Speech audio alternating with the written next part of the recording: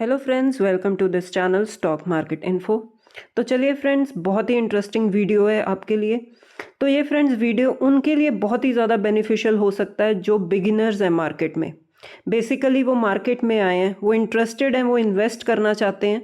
लेकिन फ्रेंड्स कई बार क्या होता है कि बिगिनर को एक प्रॉब्लम होती है कि वो कई बार शेयर सेलेक्ट नहीं कर सकते, उनकी नॉलेज कम होती है। या आप बोल सकते हो कि उनकी जो है मतलब कौन सा सेक्टर चूज़ करें, कौन सा शेयर चूज़ करें, बहुत सारे क्वेश्चंस होते हैं फ्रेंड्स। एंड अनडाउटेडली ये बहुत ही नॉर्मल बात होती है कि कई बार हम नहीं सिलेक्ट कर पाते या हमारी जो नॉलेज कम होती है तो हम थोड़ा सा एक हेजिटेशन होती है कि हम कैसे स्टार्ट करें। तो सबसे बेस्ट ऑप्शन फिर होता है फ्रेंड्स, आप म्यूचुअल फंड के थ्रू इन्वेस्ट कर सकते हो।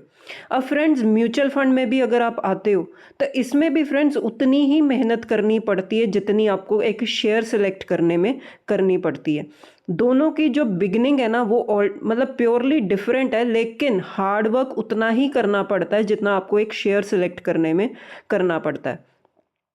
तो इस वीडियो में friends beginner point of view से मैं आपको थोड़े से पॉइंट्स जो है बताऊंगी, हम डिस्कस करेंगे, जिससे आपको एक थोड़ा सा हेल्प मिलेगी कि आप जब म्यूचुअल फंड के थ्रू भी अगर मार्केट में आते हो, इन्वेस्ट करना चाहते हो, तो आप कौन कौन से ऐसे बिगिनिंग का जो शुरुआत के पॉइंट्स हैं उनको एक बार नोट डाउन कर सकते हो, स्टडी कर सकते हो, उसके बारे में रिसर्च कर सकते हो। फिर आप डिसाइड कर सकते हो कि कौन सा म्यूचुअल फंड आपको लेना चाहिए, कौन सी स्कीम आपको लेनी चाहिए या कौन सी कंपनी में आपको एंटर करना चाहिए। तो चलिए फ्रेंड्स सबसे पहले वीडियो को स्टार्ट करते हैं।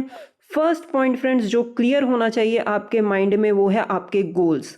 आपका गोल क्या है? आपका गोल, जैसे कि किसी का गोल हो सकता है कि उसने घर खरीदना है, किसी का गोल ये हो सकता है कि उसने फ्यूचर में अपने बच्चे की शादी करनी है या अपने बच्चे की हायर एजुकेशन को फंडिंग प्रोवाइड करनी है, या किसी का गोल हो सकता है कि मैंने 3-4 साल बाद एक गाड़ी लेनी है। तो ये क्या होता है, ये कुछ गोल्स होते हैं जो आपके माइंड में क्लियर होने चाहिए। तो जब तक फ्रेंड्स आपके माइंड में गोल्स क्लियर नहीं ना होंगे तो मार्केट छोड़ो, स्टॉक मार्केट छोड़ो, नॉर्मल लाइफ में भी थोड़ा सा आगे जाना मुश्किल हो जाता है। तो गोल्स सेट करना सबसे नंबर 1 प्रायोरिटी है अगर आप मार्केट में आना चाहते हो, चाहे म्यूचुअल फंड के थ्रू चाहे इक्विटी मार्केट के थ्रू। उसके बाद फ्रेंड्स ऑटोमेटिकली आपका टाइम होराइजन सेट हो जाएगा। आपका गोल कैसा है, कितना लंबा है, उसके बेसिस पर आपका जो है टाइम पीरियड सेट हो जाएगा कि अगर सपोज आपने घर खरीदना है और आप उसके लिए 10-15 साल वेट करना चाहते हो या 10 साल वेट करना चाहते हो तो आपका टाइम होराइजन 10 साल का होगा। तो आप उस अकॉर्डिंग जो है म्यूचुअल फंड की स्कीम सेलेक्ट करोगे और उसमें इन्वेस्ट करोगे। तो ये कुछ फर्स्ट चीज़ें हैं फ्रेंड्स जो माइंड में क्लियर होनी चाहिए कि आपका गोल्स क्या है, आपकी प्रायोरिटीज़ क्या हैं, उसके बेसिस पर आप कितना टाइम दे सकते हो उस गोल को पूरा करने के लिए। तो ये फर्स्ट स्टेप है फ्रेंड्स जो क्लियर होना चाहिए। उसके बाद फ्रेंड्स गोल्स के बेसिस पर, टाइम होराइजन के बेसिस पर आप कैसे म्यूचुअल फंड स्कीम्स में एंटर कर सकते हो। तो नंबर 1 है फ्रेंड्स शॉर्ट टर्म। अगर आपका गोल जो है वो शॉर्ट टर्म पीरियड के लिए, जैसे कि अप टिल 3 ईयर्स, 3 साल तक आप जो है उस गोल के लिए वेट कर सकते हो, तो आप कौन से फंड्स सेलेक्ट कर सकते हो? Date funds. डेट फंड्स आप ऐसे भी बोल सकते हो, सेफ्टी फंड्स हो गए, सिक्योरिटी फंड्स हो गए, गवर्नमेंट सिक्योरिटीज़ हो गई, बॉन्ड्स हो गए, जिसमें क्या होता है एक स्टेबिलिटी होती है। नो डाउट फ्रेंड्स रिस्क मिलेगा ही मिलेगा आपको, ऐसी बात नहीं है। आपने पढ़ा भी होगा कि mutual funds are also subject to market risk. तो ये डिस्क्लेमर क्यों दिया जाता है? रिस्क फ्रेंड्स रहेगा ही रहेगा, लेकिन अगर आप चाहते हो कि आप थोड़ा सा सेफ प्ले करना चाहते हो, लिक्विडिटी चाहते हो, स्टेबिलिटी चाहते हो, तो 3 साल के लिए अगर आपका गोल है तो आप डेट फंड्स के लिए जा सकते हो। उसके बाद फ्रेंड्स अगर आपका टाइम होराइजन है 3 से लेकर 5 साल तक, मतलब थोड़ा सा लंबा आप जा सकते हो, तो उसके लिए आप हाइब्रिड फंड्स चूज कर सकते हो।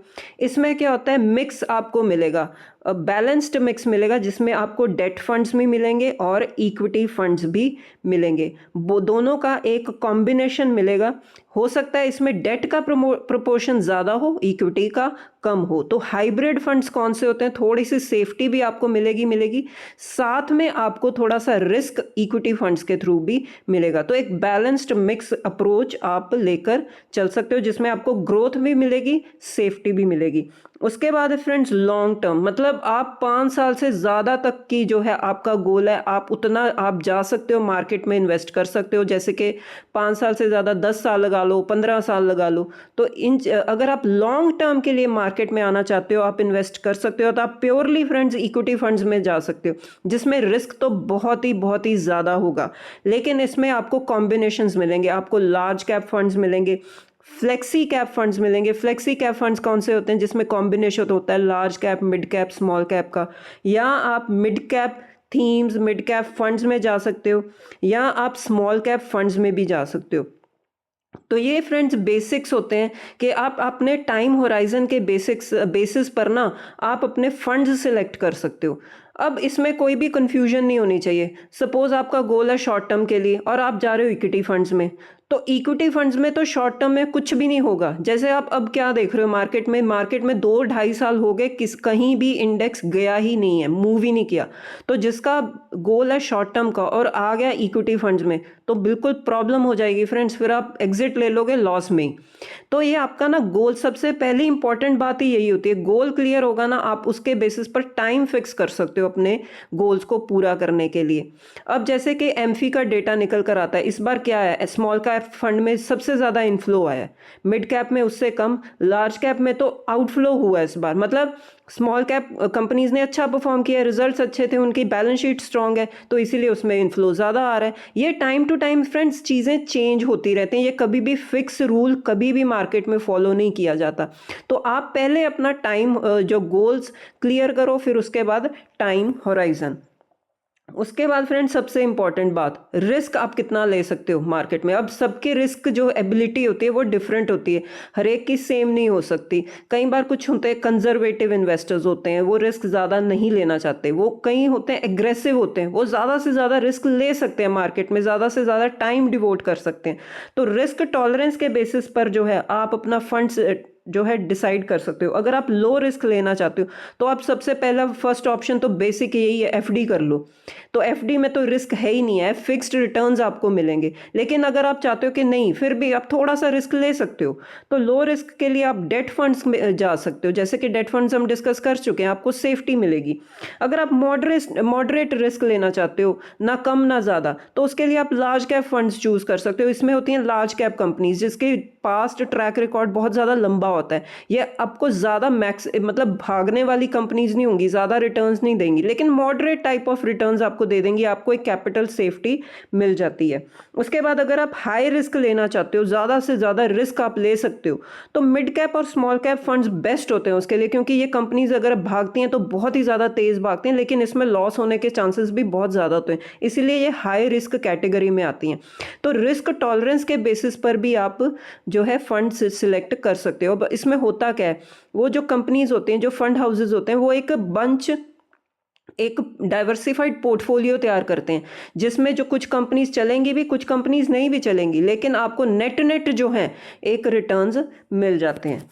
उसके बाद फ्रेंड्स अगर आप कोई भी फंड हाउस सिलेक्ट कर रहे हो तो आप उसके ना पिछला 3 से 5 साल का एटलीस्ट परफॉर्मेंस चेक करो कि पिछले 3-5 साल में जो है, जो फंड हाउस है, जो कंपनी है, उसने कैसा परफॉर्म किया है, कैसे रिटर्न्स दिए हैं, उन्होंने अपने जो है बेंचमार्क है, जो एस्टिमेट्स हैं, उसको बीट किया है कि नहीं किया। ये सारी चीज़ें फ्रेंड्स देखनी होती हैं। हम ब्लाइंडली हम किसी के कहने पर जो है फंड हाउस सिलेक्ट नहीं करते, कंपनी सिलेक्ट नहीं करते। तो मैंने बिगिनिंग में ही आपको कहा है, जो मेहनत आपको एक कंपनी सेलेक्ट करने में करनी पड़ती है, वही मेहनत आपको एक म्यूचुअल फंड कंपनी में भी सिलेक्ट करने पर करनी पड़ेगी। तो आप उसकी परफॉर्मेंस ट्रैक करो कि उनका पास्ट ट्रैक रिकॉर्ड कैसा रहा है। उसके बाद फ्रेंड्स एक्सपेंस रेशो और मतलब बेसिक लैंग्वेज में आपको बताऊं, खर्चा आपको कितनी कॉस्ट देनी पड़ेगी, सर्विस चार्जेस देने पड़ेंगे। मतलब आप किसी भी फंड हाउस के साथ आप उनके साथ इन्वेस्ट करोगे, उनके साथ उनके क्लाइंट बनोगे, आपको कुछ ना कुछ तो खर्चा देना पड़ेगा ना। तो सर्विस चार्जेस कितने होंगे, कॉस्ट कितनी होगी, तो उन चीज़ों का आपको पता करना पड़ेगा। आप कंपैरिजन करो, डिफरेंट कंपनीज को सिलेक्ट करो, उनके खर्चों को देखो, लिस्ट तैयार करो और उनके खर्चों को कंपेयर करो। अब ये नहीं है कि जो कम से कम एक्सपेंस रेशो कंपनी चार्ज कर रही है वहीं जाना है। आप उसके अगेंस्ट देखो कि वो सर्विसेज क्या दे रहे हैं, क्या रिटर्न्स दे रहे हैं।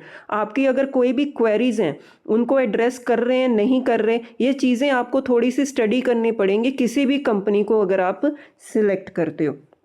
उसके बाद फ्रेंड्स फंड मैनेजर, कोई भी जो फंड होता है उसको मैनेज करने के लिए एक फंड मैनेजर होता है। तो उस फंड मैनेजर के बारे में आप स्टडी करो, उसका पास्ट ट्रैक रिकॉर्ड स्टडी करो, आप उसके एक्सपर्टीज स्टडी करो, वो कौन सा फंड जो है फंड मैनेज कर रहा है, उसका पास्ट एक्सपीरियंस क्या रहा है और उसकी पास्ट परफॉर्मेंस क्या रही है, रिटर्न्स कितने बनाए हैं उस जब मतलब जो भी फंड वो मैनेज कर रहा है उसमें कितने रिटर्न्स बने हैं, ये सारी चीज़ें आपको स्टडी करनी पड़ेंगी। जैसे अगर आप एक कंपनी भी सिलेक्ट करते हो उसमें आप मैनेजमेंट को स्टडी करते हो ना कि मैनेजमेंट क्या है, उसकी पास्ट परफॉर्मेंस क्या है, वही चीज़ें फ्रेंड जिसमें भी स्टडी करनी पड़ेंगी। फंड मैनेजर कौन है जो हैंडल कर रहा है, ठीक है ना, उसकी परफॉर्मेंस, उसका ट्रैक रिकॉर्ड, सभी चीज़ें फ्रेंड्स आपको स्टडी करनी पड़ेंगी एक म्यूचुअल फंड कंपनी में भी। उसके बाद लास्ट में friends AUM, asset under management. आपने न्यूज़ पढ़ी होगी ना कि इतने लाख करोड़ का इनका AUM है, इतना हज़ार करोड़ का इनका AUM है। तो एसेट अंडर मैनेजमेंट क्या होता है, कितने एसेट्स वो मैनेज कर रहे हैं, इससे पता चलता है कितने क्लाइंट्स उनके साथ जुड़े हुए हैं। तो मतलब प्रेफरेबली यही होता है कि आप ऐसा म्यूचुअल फंड कंपनी सेलेक्ट करो जिनका एसेट अंडर मैनेजमेंट ज़्यादा है, ह्यूज है, ठीक है ना। तो उससे क्या होता है, आपको एक लिक्विडिटी की जो है सेफ्टी गारंटी मिल जाती है।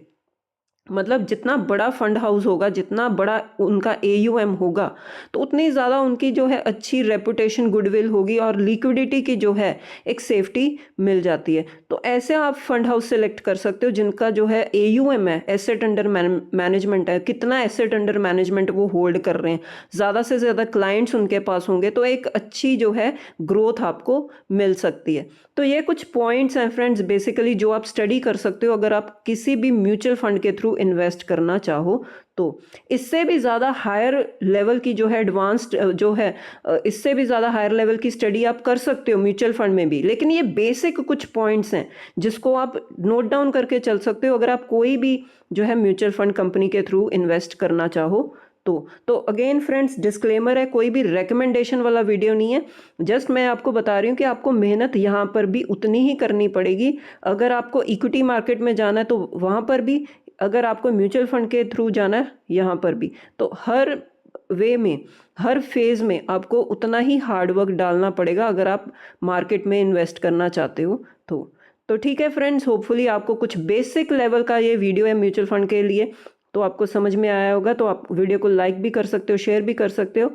तो ठीक है फ्रेंड्स, अब मिलते हैं नेक्स्ट वीडियो में। Till then bye bye.